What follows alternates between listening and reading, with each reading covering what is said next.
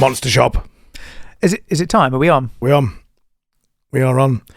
This is not the album that you may think it is from the intro that we just played. Or didn't you played the War Pigs at the beginning, didn't you? Yes. Oh, I played the War Pigs. They're very good at covers, Faith No More. They are very good at covers. Because they did this and then they did Easy, didn't they? Yeah, so the real thing had this on. Yeah. And then wasn't it Angel Dust that had Easy, which is better than Easy's better than the original. Yeah. Lionel Richie would listen to that and go, oh, these guys play my song better. Oh, shit. And then it stomps around. I think he just stomps around going, oh, I hate them, Faith No More. He probably doesn't. I bet it's lovely. But in my mind, that's funny. Yeah, I'm sure the royalties didn't do his bank balance any harm. No, you forget about that. Because, I was reading a bit about this, with Ren. Because he does lots of remixes and stuff, doesn't he? And things like that. And he got in lots of trouble because he... and imagine this, because you'll know all about this. He subscribes to a service where he can go and pull like royalty-free music. So he pays a subscription. Yeah. And then he can go and pull samples and do stuff with it. And then use it. And he did that for one of his songs. But then the guy who wrote it went after him. Really? I said, no.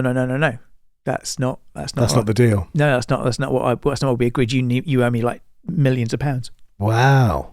And it's really interesting, really fascinating. If you like that kind of stuff, do Googling on that. So I'm Chris. Oh yes. Yeah. You are Neil. Yeah. This is Monster Shop. We don't review. We tell the story on our podcast of the makings of albums. And today the album is The Real Thing by Faith No More. Just before, sorry. Oh, go ahead. We did a poll last week, and the poll went out on the socials. Yeah. And I just wanted to check if we actually followed what we said we were going to do with the poll that we put out. Yeah. So did people vote for Faith No More? Yeah. The Real Thing? Yeah. And the most people voted for that album? Yeah. So it's not that you just wanted to do Faith No More? I did really want to do Faith No More. Let me go and shall I have a look at the poll? 32 people voted. The Real Thing got 34.4%. Okay. Led Zeppelin 4 got 28.1. Yeah. Super Unknown got 21.9. Yeah. And Rage Against the Machine got 15. Wow. I actually wanted to do Rage Against the Machine. That was the one that I really wanted to do. But we've been chased. So Baz, one of our keen interactors with on the X, said that he really wants the Prodigy album we promised Fat of the Land, like October or whatever it was, and Led Zeppelin. So we'll have to do those. I watched a documentary on Liam Howlett. Yeah. Racing motorbikes. Oh, wicked! He was brilliant. You imagine him being bonkers, don't you? And he was lovely. He was such a lovely guy. Anyway, we won't do those two. But yeah, that's why we're doing it. We're doing it because everyone said that's the one we're doing. The Real Thing.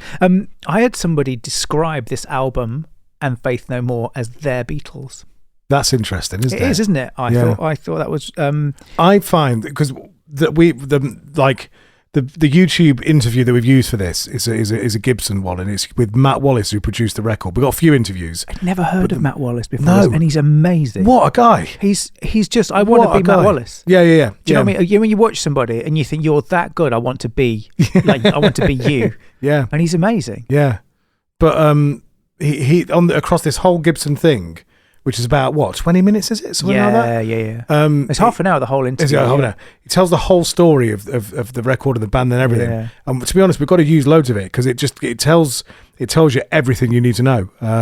Because I didn't know Mike Patton wasn't involved at the beginning. Right. I didn't know it was Mr. because he had Mr. Bungle. What were they called? They started off as Faith No Man. Faith No Man. There was a name before that as well. Yeah. We'll say it in a minute. But there's so much history to it. There's so I hadn't realised that Jim Martin and Cliff Burton from Metallica, they were in a high school band together. Yeah. If you do a search for them, you'll find a Battle of the Bands video on YouTube where they're playing this like chaotic stuff.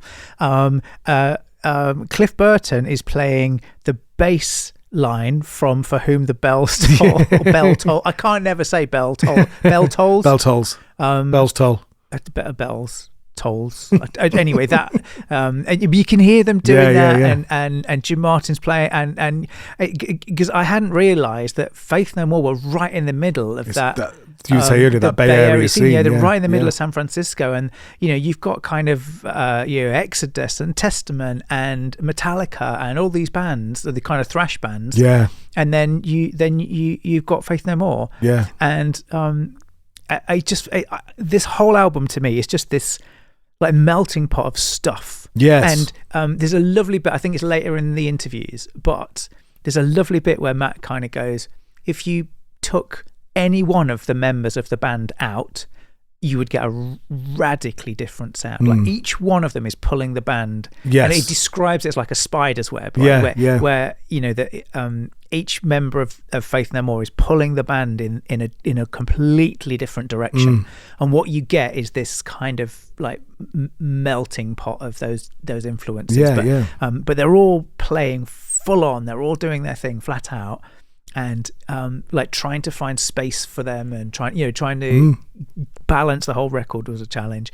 But what you end up with is this just totally unique. I mean, nothing sounds anything like this even today. I think this still sounds really fresh today. This doesn't sound like some records sound, being polite, like a lot of the time. Yes, they say, like the hair metal records. Right, you can place them roughly in time. Because of how they sound and the production. It's really difficult to place this. I think. Anyway, I think this is. You couldn't go. Oh well. It's definitely this year. It's definitely this era. We were listening to it in the car, and I was trying to think. I wonder when it was released, and I was like 92. Nice. I thought that as well. And then you look, it's 89, wasn't it? Yeah, 89. So, ahead of its time, I think. Way ahead, Shall we listen to him? Yeah, this. So what he's talking about first is the almost like the story of the band coming together, basically. In the garage, in his 8-track. And his beginnings as a producer as well. Oh, he's brilliant. I listen to him all day. So I was going to UC Berkeley, and I had built this studio in my parents' garage, and I was eager to work with other bands. So what I did is I made these flyers saying 8-track recording, $12 an hour, and I had my phone number on it. And I went to all the places that bands rehearsed, and so I put these things up all over the place. And because I just wanted to get some work, I couldn't afford to put any advertisements in the local magazine, so I just did it this way. And this guy named Bill Gould, who was also going to Berkeley, saw one of my flyers at one of those 2 record stores. And at the time, his band was called Sharp Young Men. And then they ultimately turned into Faith No Man. And I actually recorded their first single that they ever put out as Faith No Man. And I recorded that in my parents' garage. And that included Bill Gould, the bass player, and Mike Borden, the drummer, who ultimately went on to become Faith No More. But they had a different singer and a different keyboard player. While I was working with them, they had played a show at a place called The Sound of Music in like the sketchy Tenderloin district of San Francisco. And in the middle of their show, Wade Worthington, their original keyboard player, left the band, and a guy named Roddy Bottom walked in, and he became the keyboard player. So then that's Bill Gould, Mike Borden, and Roddy Bottom, who formed ultimately Faith No Man, and then it became Faith No More after they left their singer and got a new guitar player, new singer. So after that, they got signed to Slash Records, and really fortunate for me and very kind on their end, they actually had me come along with them. I didn't know that they were going to part ways with Chuck. He was probably as afraid of failure as of success, and I think sometimes guaranteed it by his actions at times. Anyway, things fell apart, and so they were without a singer. I mean, Patton was certainly a revelation, I think, for the band. I mean, we knew we were looking for a singer, and I had put out feelers to try to find somebody, but Jim Martin somehow had heard Mr. Bungle, and so he's the one who ultimately got Patton in there, but I was also somehow like probably a week or 2 behind him trying to find who this Patton guy was. And there was about a 2-week period. He came into San Francisco from Eureka, and we had the music. He had the songs, and he wrote all the lyrics and he wrote all the melodies for all of those songs within a 2-week period. And because the music was already established, when he would say to the guys, "Can we make this section longer, that section shorter?" The band would say, "No, you got to just write the way it is." And so he actually took all his stuff and he fit it into this is existing music. So to me, the thing about that band that is unique, that I think was really inspiring, is that it felt to me like a 4 or 5 armed web, a spider web, that each guy was pulling in equal and opposite directions, and that dynamic tension of one guy wanted to basically make a metal record, but the other guy was pulling and saying, I want to make a pop record. The one guy was saying, I want to play this African rhythm. And then the other guy's like, well, here's some melodic keyboard stuff. And because there was that energy pulling out from the center, and no one person was able to say, I'm the leader of this band, we're going to go in this direction. The thing that got me through the interview is that he's almost quite kind of self-effacing a little bit of himself. Like he really doubted his abilities as a producer. Yeah. You know, during the course of the Meg, I'm not sure if I was any good, and and then he quit. Yeah, that line where he said, "I nearly gave in." It's I don't know. He was incredibly inspiring. I think. Yeah, I thought that as well. You see some people, like everybody, you think, God, everyone's really confident. Everyone's got it all together. Yes. Do you know what I mean? And you think, I have not got it all together. Why have they got it together and I don't have it together? And hearing somebody that has had success, and and go, I don't know if I was any good or not. Just kind of, it's not. It's not just me. You know. So, yeah, he is awesome. So of the songs on the record, what are the ones that really jump out to you as kind of favorites? Because mine's changed over time with this one. I think so. As an album, I mean, our show itself, like the Monster Shop, is about celebrating albums, and I think we didn't start off with that plan, but that for me, that's the thing that this show has given to me. It's given me this appreciation of like everything that goes into albums. The album as a format, and it's not just the songs, and it's not just the band, and it's not just the artwork. It's like this whole thing, this package. But as an album, the beginning 3 tracks from this, that kind of from out of nowhere, epic and falling to pieces, goes off like a rocket, doesn't it? It's just, it was just like, whoa. Do you know what I mean? This is massive. It's a force of nature. It is. I think those that you know. When we were messaging earlier about this, we were on the WhatsApp, and I was the thing that I wanted to put was, I think this may be one of the strongest starts to any album I've ever heard. It is, but I think is I'm quite prone to hyperbole. So no way, no, I can't imagine us doing hyperbole. That's crazy. That's crazy. I was going to say, I wonder who the greatest band in the world are. I've had to stop saying they're the greatest band in the world. People make fun of us. But I do. So those 3 tracks. So From Out of Nowhere, Epic, Falling to Pieces. They were all singles. Yeah. But then you've got like Surprise You're Dead. It's almost like a thrash song. It's that's riffy, and it's like something out of an Exodus album. It's kind of the riff, the guitar work is phenomenal. And then you have like Zombie Eaters, kind of goes all mellow and cool. And then we're playing that in a bit. The Real Thing. Yeah. Loved The Real Thing. It's long, isn't it? Since the title track, you think, that's the hook. That might be the hooky one. Yeah. Nope, it's not. There's a clip in one of the interviews where Matt talks about the hooks in the album, mostly coming from the keyboards. Yeah. And it you know, when somebody says something and like the penny drops and you're like, it's true. Yeah, because there's the other thing. I'm so sorry. This is the nerdy thing. Is one of the other things he'll say in the interview in a bit is the keyboard that he used. Yeah. And I've always wanted to know, wonder how he got those sounds. And it was a very, very early synthesizer. Oh, is this the Emacs thing? This the Emacs. It's kind of, that's the one on the end of From Out of Nowhere, isn't it? No, Epic. Oh, the end of Epic. Yeah, the end of Epic, a blend where they're playing. Yeah. And there's different, if you listen to them, you've got a different piano different one in each side. Sound. Yeah. And it's like, I heard him talking about it and I thought, okay. Yeah. I don't know why you would do that. Yeah. Why would you? But it's really, I think it's that dissonance, isn't it? It's that, that 8-bit sounds a bit like the grand piano sounds beautiful and like just organic and amazing.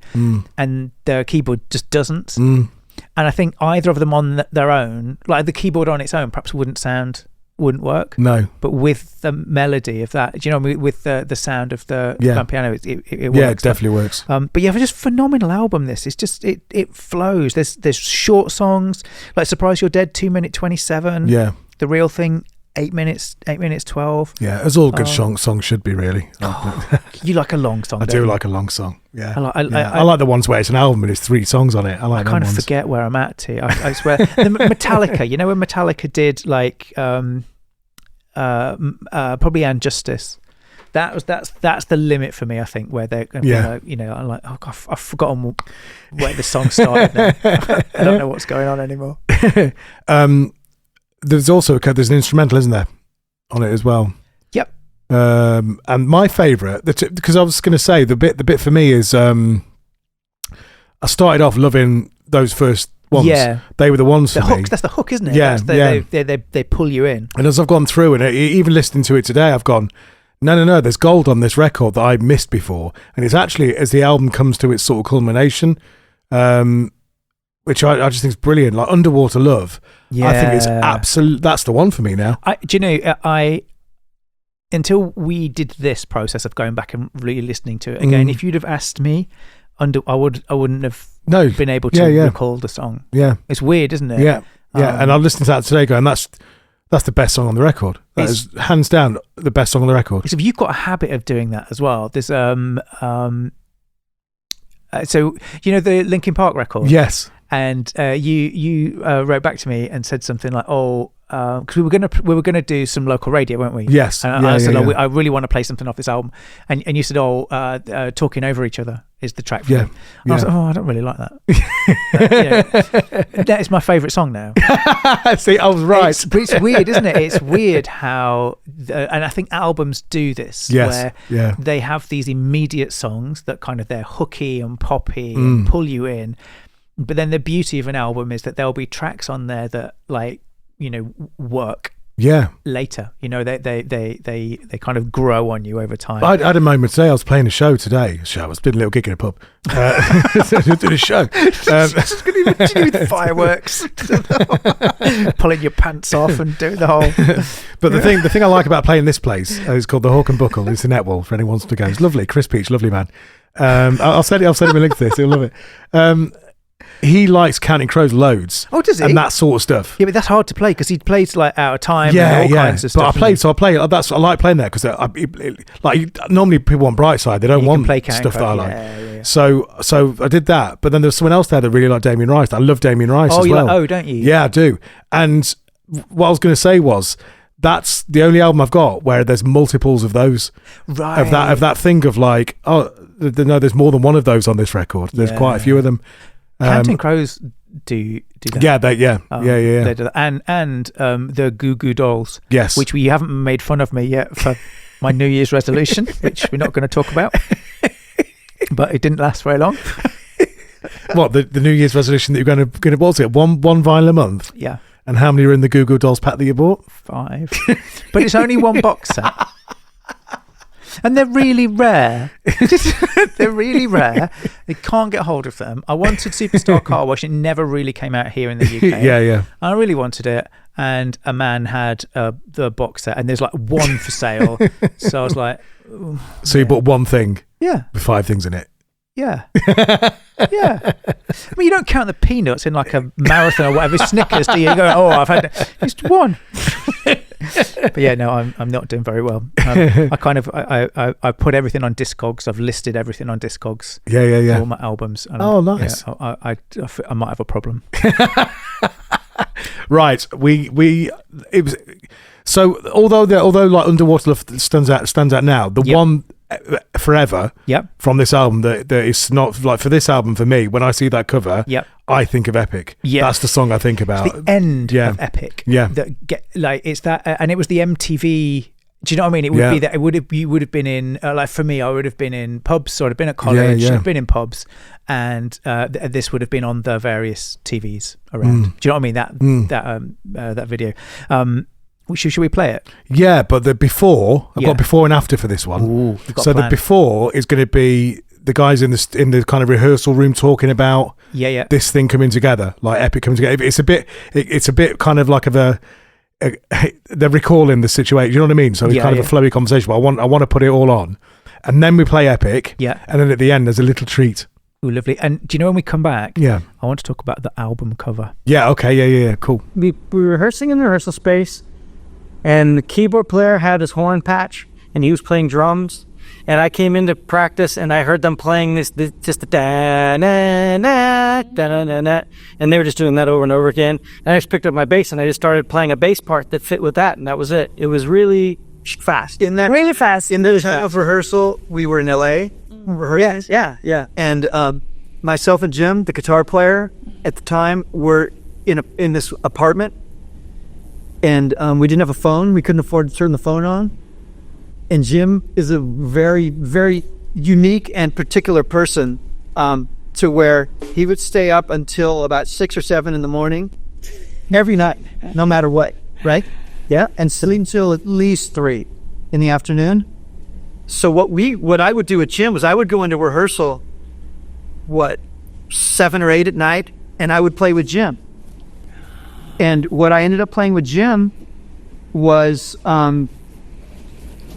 it's the song "Surprise You're Dead" from Real Thing, and a big piece of the song "Zombie Eaters" that he was working on. He had a couple of things, and I worked on a couple of things with Jim. And I don't remember how it happened, but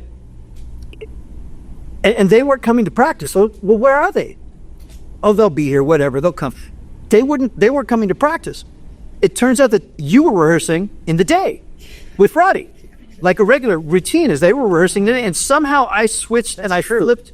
You remember that? Yeah, that was kind of bizarre. And I flipped to them somehow. I don't know if I saw you somewhere or called you somewhere or what. Or maybe I came in early one day to like mess with my drums, and they were there. Yeah. There's the other half of the band over there. They're playing. It's in the same room. And then I started rehearsing with him. And I distinctly remember that is exactly like you said, that's where Epic came about.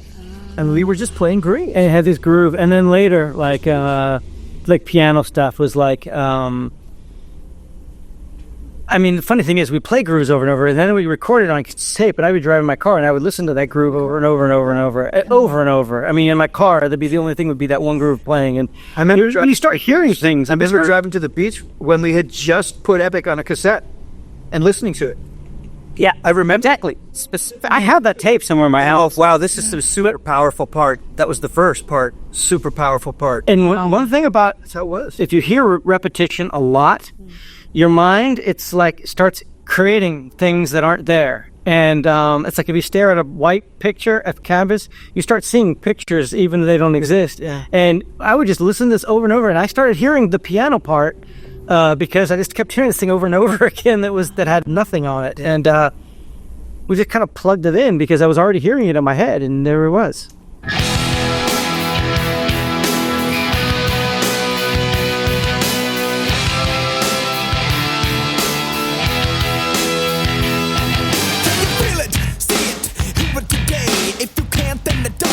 Anyway, you will never understand it cause it happens too fast. And it feels so good, it's like walking the glass. It's so cool, so hip, it's alright. It's so groovy, it's out of sight. You can touch it, smell it, taste it so sweet.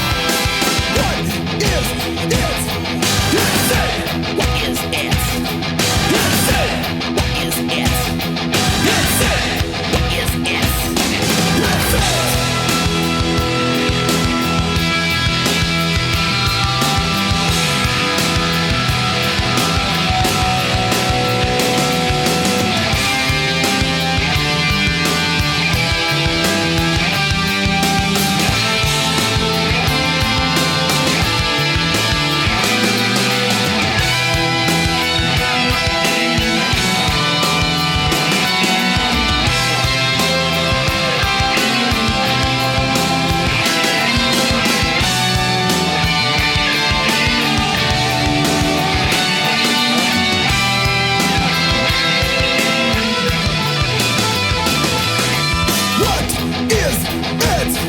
Yes, it. What is it? Yes, it. What is it? Yes, it. What is it? You want it all, but you can't have it. It's in your face, but you can't grab it. Yes, it. What is it? Yes, it. What is it? Yes, it. What is it? Yes, it. Yes, it.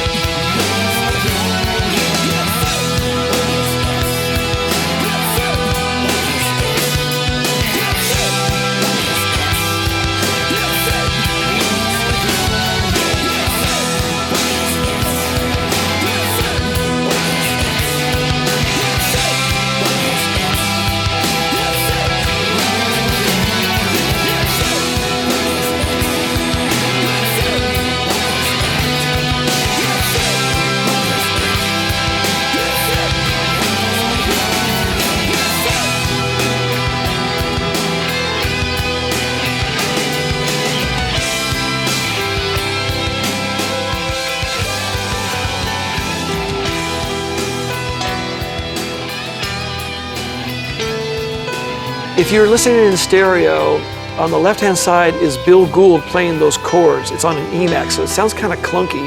The Emax was an early sampler, and so the piano samples were a little sketchy. And it's interesting, if you listen to the way he plays it, he's actually flamming some of the notes, which is kind of what Mike Borden did with the snare drum. And so he's doing that, and Roddy Bottum is on the right-hand side on a nice grand piano playing the more melodic part. And so it's really interesting to hear those two things, because one is really clunky, like this is probably like 8-bit sampling, so it's kind of sketchy sounding, and it's played kind of, you know, hard. And then Roddy's got this beautiful thing. To me, that's almost the bookends of this band and this album, is that one's harder, grittier, not very refined, and one is very elegiac and graceful and beautiful. And to me, that's where this band lives, between those two extremes. And once again, this was in Bill's 4-track demo. I would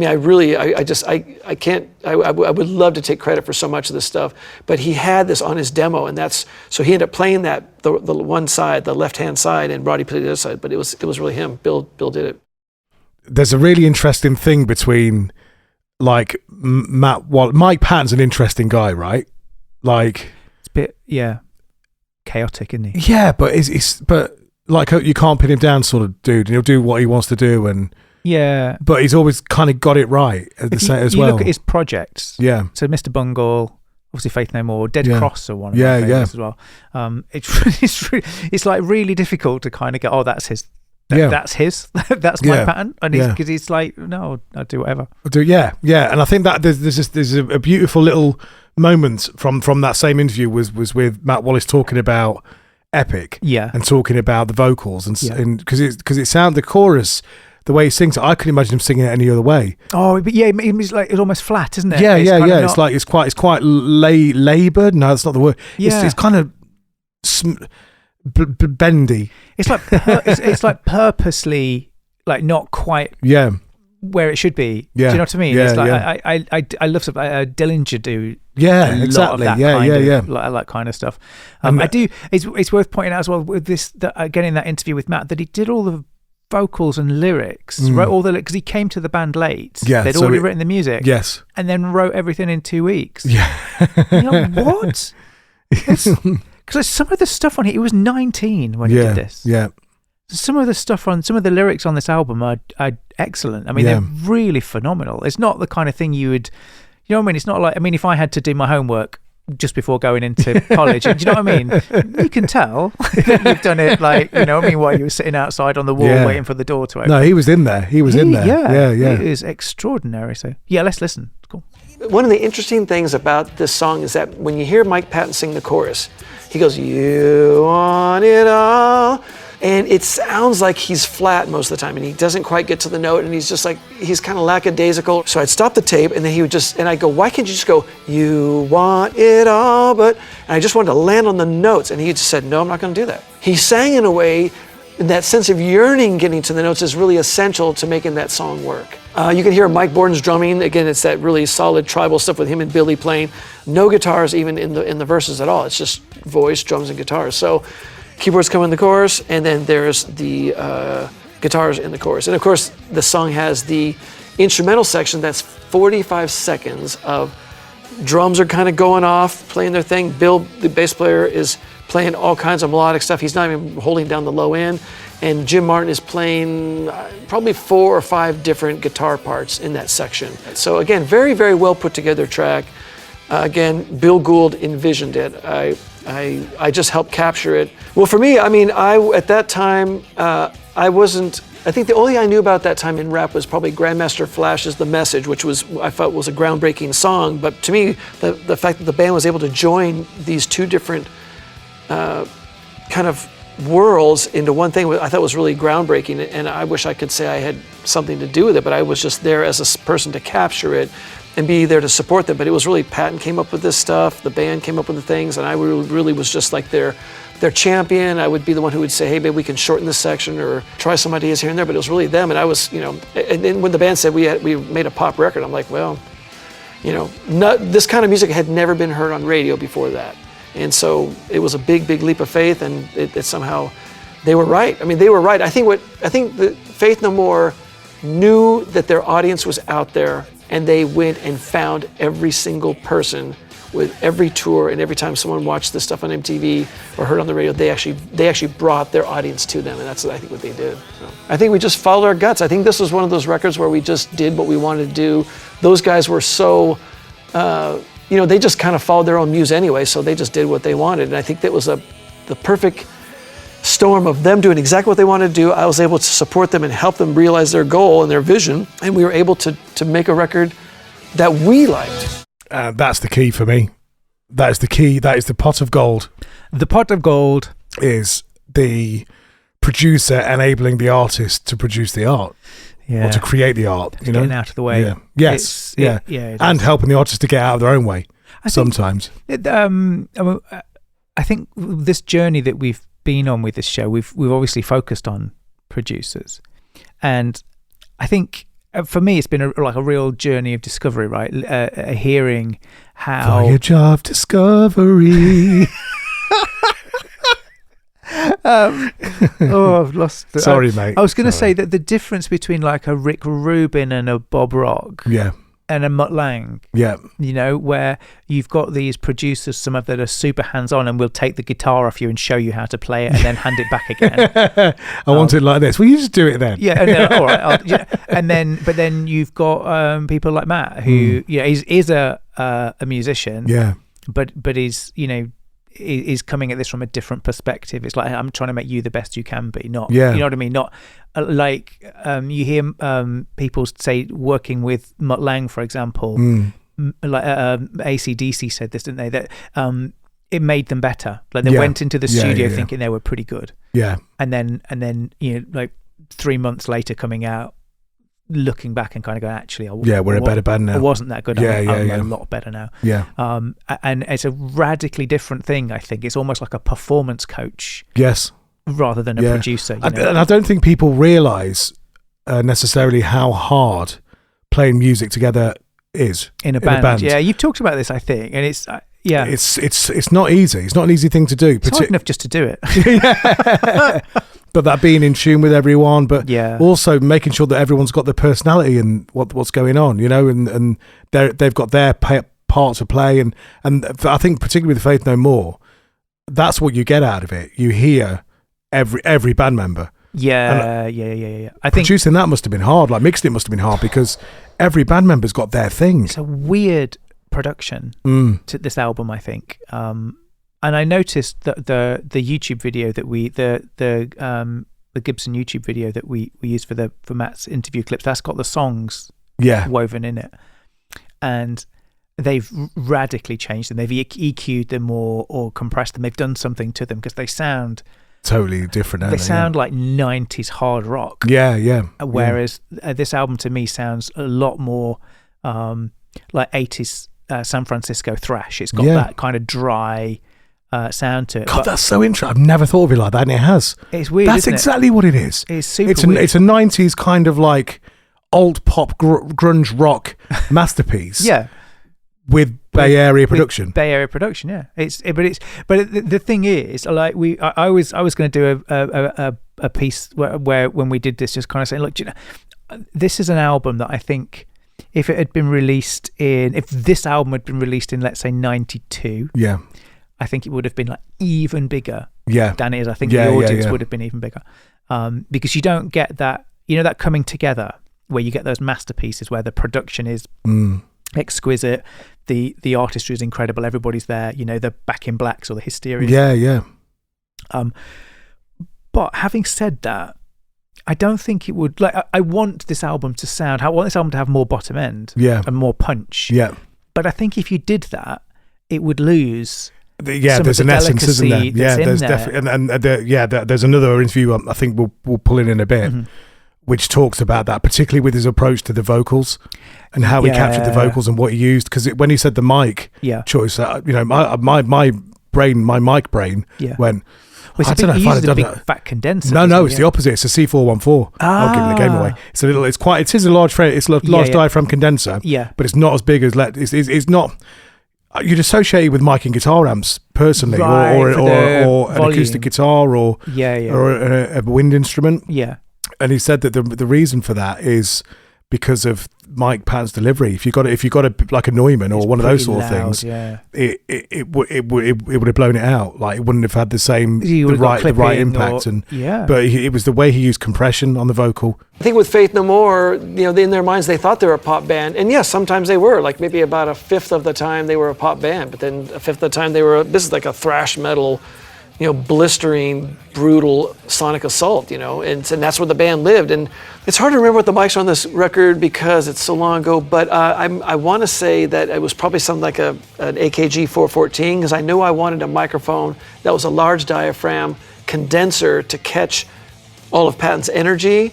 And so to me that was really important. I knew a tube mic would fold under his power because he could sing very, very loud. To me, I was a really big fan of the music that band made. Always, I just loved the power and the fury of what they had, because they were a really unique band in that Mike Borden listened to jazz, but he also studied African rhythms while he was at UC Berkeley. And Bill Gould, I'm not sure his background, but he was playing bass, and I think he was into Killing Joke, and Roddy was actually a classically trained pianist. So you have all these, and Jim Martin was just like Mr. Heavy guitar, and I know he was raised on Black Sabbath and Corrosion of Conformity and Metallica. And if I had a life or death situation where I had to drive a car really fast or fly an airplane or something, I'd want that song playing. In the last few minutes of my life, I'd be like, fuck yeah, man, that's a great song. I will say that what's interesting about this band and me recording the vocals, and this is going to sound like anathema to anybody who is interested in high fidelity. But so I had Mike Patton with the 414 microphone, but I ran it through a DBX 166, which is a dual compressor. I ran it into one side of the compressor as a compressor, and then I put it into the other side of the compressor as a limiter, and then to tape.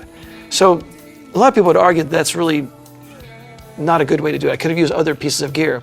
But to make it worse, when I was mixing the record, I took his voice and I ran it through one side of that compressor as a compressor, one side as a limiter, and then it went into the mix, and then we had the bus compressors. So there's a lot of compression going on, and Patton brought it. I mean, I really think that this record for me is a once in a career perfect amalgamation of everything that all five guys came to at that point in time, and it just coalesced, and it was just absolutely perfect, powerful, brutal, beautiful, melodic, everything. I think we got it. And I think that song for me is the pinnacle of it. Jim really wanted to get the guitar sounds right. And so what we did is we set up his Marshall half stack, and I put about 26 different microphones around the room. And we got this police tape to, say, don't anyone walk around it. And so we had this tape, and then we would move the mics, and we spent a day moving and setting mics. And so I had it where the mics were on the faders of the console. Eventually we whittled it down to about 12 or 14. But I knew that one mic would bring low frequency, one would bring mid-range presence, one would bring high end. I had some that were close, I had some that were far away. And the idea was to record the guitars without any equalization, which is what we did. And so to me, when I worked with Jim, we would just go, okay, what do we want more of? And I would have mics on the back of the cabinet, mics, in the center of the cone, mics 10 feet away. So that's what we did to get that sound. So Bill Gould, as the bass player, is really the secret engine that drives Faith No More. He's the guy that initially wanted to record the band, and he came to my studio and we did his early demos.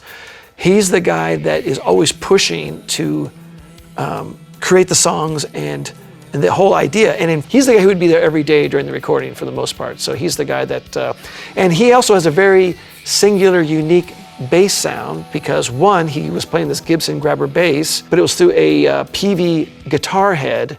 And then we had it in a hallway, so when he plays the bass, you could hear some kind of ambience. So when he hit, because he would play with, he has got a really strong wrist, and he really digs in. And there's a bit of distortion on the bass, but then you hear the room sound, and that's part of the Faith No More sound. I think the overarching message behind all of these is that Faith No More, sonically, is the pure sum of its parts. Yeah. Do you know, he uses the word authentic. Yeah. Through, and I think that for me is key here. You don't get the feeling there's a record company manipulating this. You don't get the feeling like someone's they wouldn't have stood a chance. No, you don't get the feeling that there's somebody sitting there going, oh, if we did this in E, it'd be, it would be more poppy. Do you know what I mean? Like, you kind of just get the feeling that it was. Just give you some notes on your lyrics. Yeah. Teenage girls prefer these words. You just get the feeling it is exactly who they are. Yeah. I wonder if that's why it resonates so strongly with people. Do you know what I mean? Because it is one of those albums that, like, you very rarely hear anything negative about it. I mean, our socials are fairly busy these days, and people have got different opinions. You'll have like what would be an incredible album, Melancholy.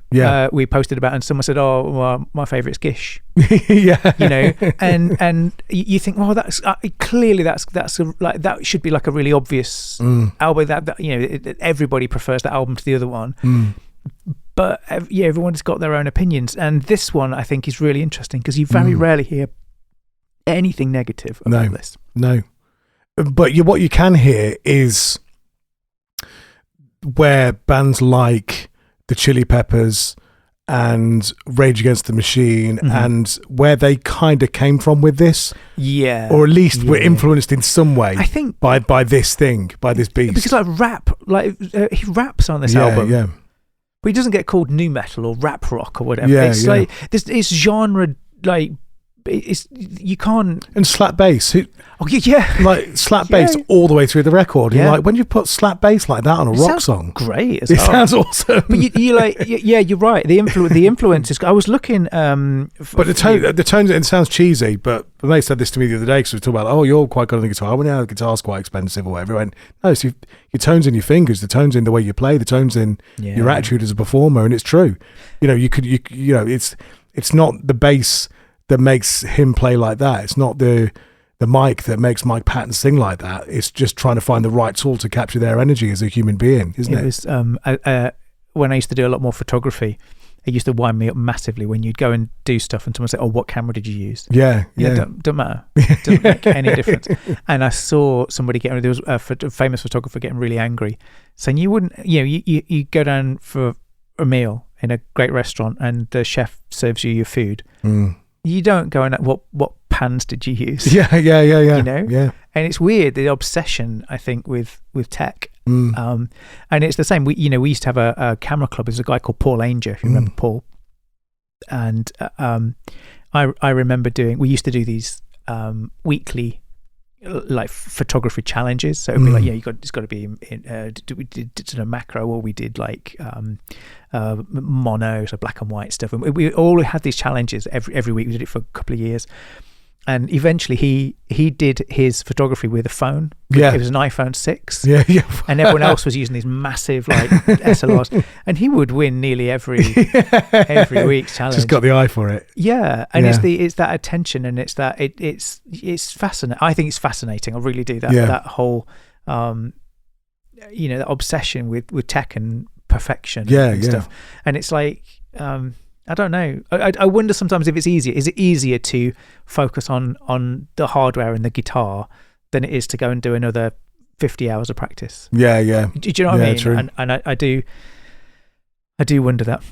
There's two things I wanted to talk about that we've not had a chance to talk about yet. Sorry, I've been going, let's talk about this interview. Let's talk about everything. Yeah, so I want to talk about album sales. Yes. Sold 1.2 million copies. Yeah. That's nothing. Yeah, in comparison, isn't it, to some of those others? Yeah, how does everybody know this album? Yes.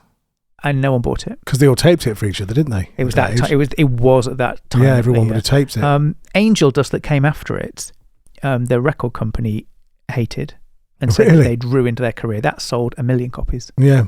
Which I think is really interesting. Albums that came out around the same time: Mother's Milk by Red Hot Chili Peppers. So yeah, they were about that. Yeah. Disintegration by The Cure. Dr. Feelgood by Motley Crue. Oh, really? So, yeah. See, that's a totally different vibe, isn't it? Pretty Hate Machine by 9 Inch Nails. We're just a bit further down the coast. Yeah, but it's twisting, isn't it? You can see the change here, I think. Yeah. Like 9 Inch Nails. And yes. This kind of it's starting to darken a bit, isn't it? It is. It's changing a little bit. Also, I wanted to talk about the album cover. Yes, you did say that earlier, and I forgot. Sorry. Do you know what it's about? No, I haven't got a clue. So it's super weird, the album cover. So I'm going to show you a picture of it. In case there's the picture of the album cover. Yep. What is it? Fire? Something little on fire, isn't it? With some stones behind it. I actually don't know. I haven't got a clue. Yeah, so that's exactly where I got to with it. I was like, I just don't understand this at all. It says the album cover features a scorched earth background with a liquid-like flame sprouting from a splash of what seems like milk, itself shaped strangely like a dish. Now, the interesting thing about this is not just that it's bonkers. No one knows what it is. The band had nothing to do with it. Really? It was entirely from their record label, Slash. Yeah. The band wanted to use their signature star. Right. And they have that featured on the cover, but their record label said it was derivative. And the band was afforded no creative decisions on what was eventually released. I can't imagine that going down very well. I can't imagine Mike Patton putting up with that. Can I tell you why they got away with it? Oh, because they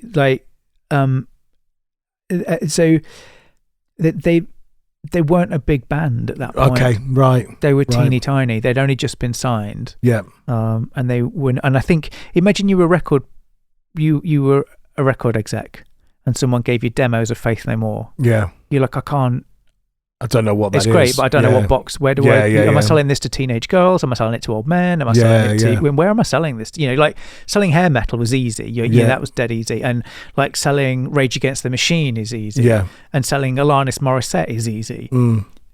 I think, you can imagine them sitting around a boardroom table, talking about things that they talk about. Go, who's going to buy this? Yeah. How many are we going to, you know what I mean? I think this probably came down to that. But, it's one of I love album art. Yeah. And we just started to do a series on the blog. monstershoprock.com. And I'm diving into like album art in general, like Hypnosis from the 60s. And I still need to watch that documentary you say about. Oh God. And then like Michael Whelan and Derek Riggs. There's so many of these like awesome people that have been involved in album artwork. Yeah. So we're starting to focus on that. This one for me is just rubbish. I think it's awful. I do, and I'm sure Mike Patton would agree. So when Mike Patton, it wasn't his choice, was it? So no, I just think it's crappy, and it's like it's like an album that seemed to do well without in spite of itself almost. Anyway, that's it. Really, that's all I wanted to cover. There's not. I didn't want to cover too much in the way of facts on this one. It was just the last thing for me was just the interview, the way this Gibson interview on YouTube sort of finishes. And the thing is about these podcasts is because the podcast is a bit Wild Westy, and we use audio and video and all that. We haven't asked permission for any of this, to be very, very clear. But thank you for putting it on the internet.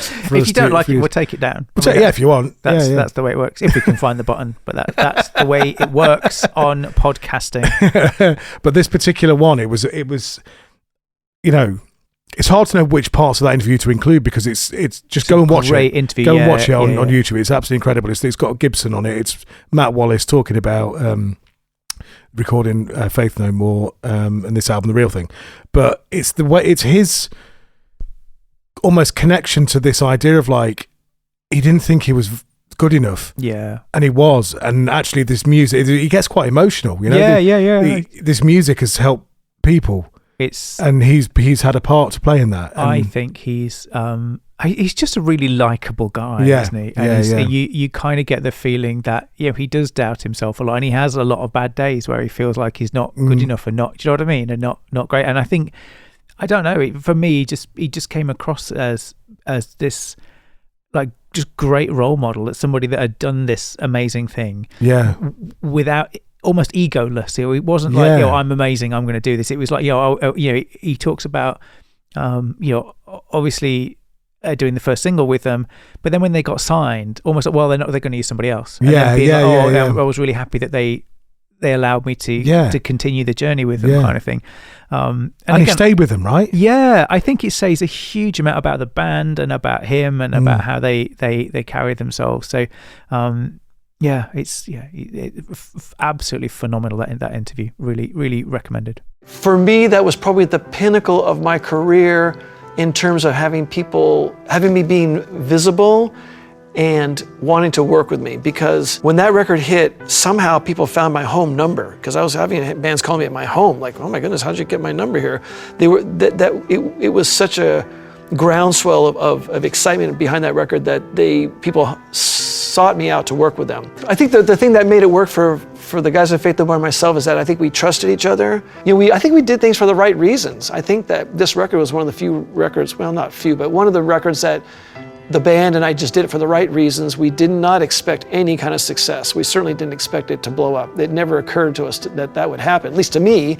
They thought it was a pop record, but I didn't, I was hopeful. But I think there's an honesty to that record that was palpable. And I think people heard it and listened to it and they go, oh, these guys mean it, And I think there's no artifice on the record. There's no false notes. I think it's all genuine. Even our missteps, I think because we were honest, that's why it was so successful.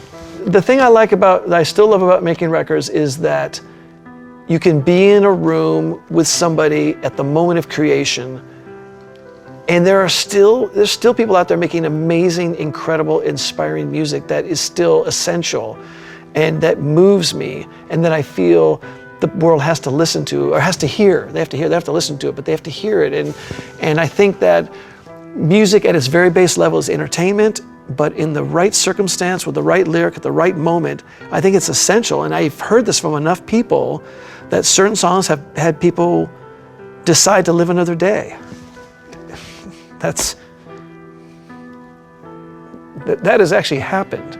And to be part of that is incredible. It's unexpected and it's incredible to be a part of something that somebody will actually go, yeah, I'm gonna stick around one more day because of this song or this band or whatever. And I'm not saying that's just the stuff I worked on. There's a lot of stuff that other people have done that does that for me and does that for so many people. And I think music can be so essential in the right moment, the right time, that can really keep someone alive and keep them going. I think that's fantastic. I think it's amazing. Awesome, innit? Oh, dead good. Awesome. Dead good. He's a guy. Be like Matt. Yeah, that's what I think. Yeah. If there were more people like Matt, there'd be less wars. You can't imagine Matt was the president of Russia. He wouldn't invade Ukraine, would he? Do you know what I mean? He wouldn't do any of that. He wouldn't. No. Everyone should be like Matt, I think. Yeah, definitely. One thing that's happened over the Christmas and New Year break is I've realised that you do a lot of work. Yeah. On all this. Yeah. And the blogs are incredible and the websites, and I thought I should probably contribute with something. You've done some, haven't you? I have. I've been writing some blogs. About gear. But I know you got really excited. So we're going to start publishing them this week, I think. They're all nearly ready to go. So I'm excited. They're good. And you're going to do some more, I think. I think what I did is I thought, because I'll tell you what started it off, actually. Yeah. I'll tell you exactly what started off.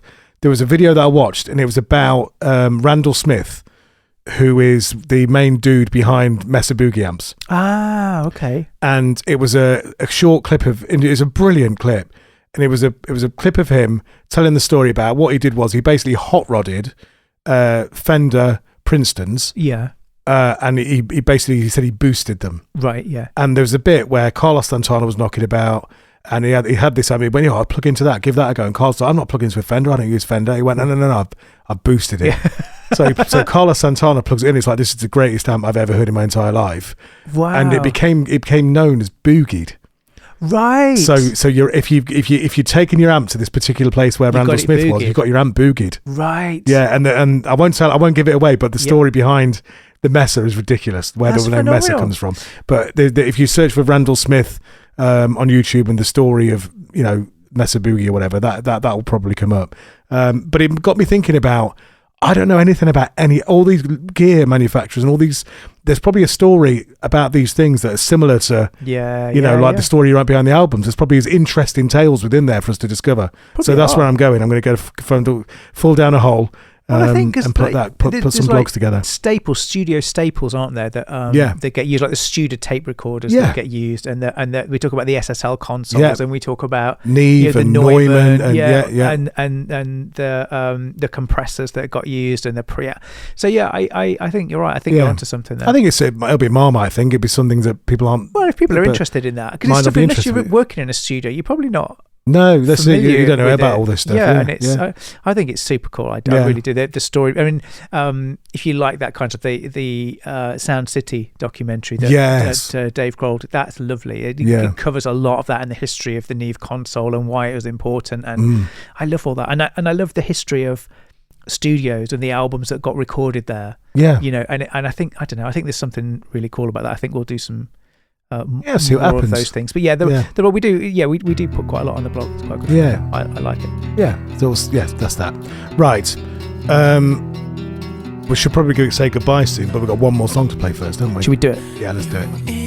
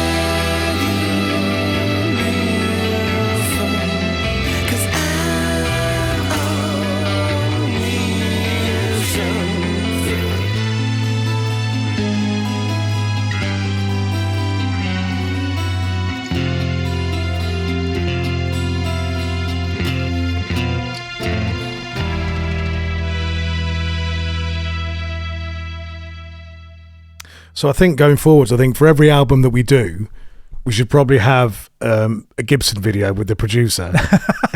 We should just have Matt. Have him on everything. I think Matt, we should just because that's been super helpful. Actually, we should just produce everything. He's brilliant. We need to think about what we can do next. Yes, I really enjoyed that. By the way, I hadn't listened to that album in a long time. Same, and I mean, maybe not even this century. Really? I don't think I'd listened to that album probably since the 90s. I remember listening to it. I remember having it. I had it in the car. One thing I did have a realization of is that I'd actually never listened to it in full, back to front. There's some like that, aren't there? I've been obviously listening to songs here, there, dotted about, pick my favorite and all that. But actually, the journey from start to finish was interesting, and I've got to make more effort actually I've to really do that. discovered a love for the album over the last year. Because the listening experience is different. It does. Epic feels different when you listen to it where it is on the record as a whole piece of work. Yeah. It's a journey, isn't it? Yeah. And I think, I'm with you 100%. I think the album, the art of the album has been lost a bit, and I really like it. Will it come back? Albums. I don't know. I doubt it. No. I like it a lot. Kids don't listen to albums, do they? They laugh at me. Or my kids go, "Oh, I haven't bought an album. just stream it on YouTube." I think I'm an old fuddy duddy, but I like albums a lot. I like the artwork. I like everything. I like the stories behind them. I like the whole thing. I think it's just phenomenal. I really do. And, it's great. And so do you if you're listening to this. If you've got this far, and you're still with us, then clearly you do. So well done, you too. What you should do is engage with our socials. So Monster Shop Rock's on most things. Yeah, Monster Shop Rock. Yeah, we are. We're just search for Monster Shop. So if you Google Monster Shop Rock. Yeah, you'll find us everywhere. But we're on X we're on X and Blue Sky and Instagram and Facebook, and we're even on TikTok. I'd forgotten I created an account. We've got 800 followers on TikTok. Have we? That's good. I can't remember. We've posted. Can't remember the password. We posted 3 times like a year ago, it's all a little bit too. Yes. Yeah. Cool. Well, I did go off on one the other night. I think about loads of video story projects we could do. So maybe we could use TikTok for that. Because you've got a video now. You've got a video camera. You're looking for things to video, aren't you? So you might see our ugly mugs at some point. So that will be exciting. Yes. We need to choose album for next week. Yeah. I think we owe it to Baz. Yeah. To do Prodigy. Either the Prodigy. Yeah. Or Led Zeppelin. Yeah. Why don't we do Prodigy, then Led Zeppelin? Let's do both, but let's do Prodigy next week. Because if we don't do it next week, it won't happen. Well, it's dead good, isn't it? Yeah. They're both dead good, they are. Yeah. So Don't Led you Zeppelin think? 4, was it? Yeah. Is that the best Led Zeppelin album? Oh, I'll put that on a poll. Or what's the best Led Zeppelin? We could do that. I'm Yeah, sure we what's might the have already best done that. Yeah. What's the best Led Zeppelin album? Do you know when you get into, like, if you ask somebody what the best Prodigy album was, you get people politely discussing and saying, oh, I think it's Jilted Generation, or I think it's Fat Lap, right? So you get that, right? If you ask somebody about Black Sabbath, Iron Maiden, Led Zeppelin, it's a They're very wishing death on families. It's a shark. That's like going into a shark's pool. You don't want to do. You don't want to be doing that at all. You don't want to be getting involved. Put it out there. Let's see what happens. We'll start World War III. It'll be awful. But yeah, people. I think we've talked about this before, but people have got so much connection to these songs and albums and artists. It becomes like almost self-defining. So that rage when someone says that your favorite album's not the best album, you need to hunt them down and kill them. That's the human condition.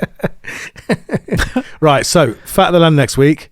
Yeah. Led Zeppelin 4 the week after. Yeah. But we'll put a poll out anyway to see what people think and see if they bite. Yeah, because the thing is, if we did, do you know what we could do? If we did Led Zeppelin, we could go in number order. Yeah, if we did Led Zeppelin, we could go back to kind of British rock stuff. Yeah. Around the same time, you've got kind of the David Bowies and the early Pink Floyds, and you've got all kinds of stuff happening. Yeah. In and around that time, haven't you? That kind of. I think we can nip back, can't we? Nip back, yeah. Yeah. But we'd like to do scenes. Yes. And that would feed into Hypnosis. Yeah, they did all the album art for that. They did loads of album art for that. It's nearly like there's a plan. There's almost a plan. It'll only last until what? It's 12 minutes past 10. Yeah. On Sunday evening, and I reckon that's going to last until 8 o'clock tomorrow morning. And then one of us will go, do you know, I made a thought. Should we do Ride the Lightning? I think that might be my favourite album. Ride the Lightning? Ever. Well, we're going to have to do that one week then as well, aren't we? And then I want to do Carcass Heartwork. Yeah. And then I want to do, I'll really want to do Napalm Death. The problem is with these albums, no one's heard of them. No one's heard of them, but like no one, I don't think anyone's going to listen. If we did a show on Napalm Death, it'd just be me and you, and that's it really. Do you know what I mean? It's like it's a little bit too. Yeah, a bit niche. Yeah, I would love. But it's our show. We can do what we want. Do what we want. No rules. Yeah. Podcast Wild West. Podcast rules. I think we're done. We're done. See ya. See ya. Bye.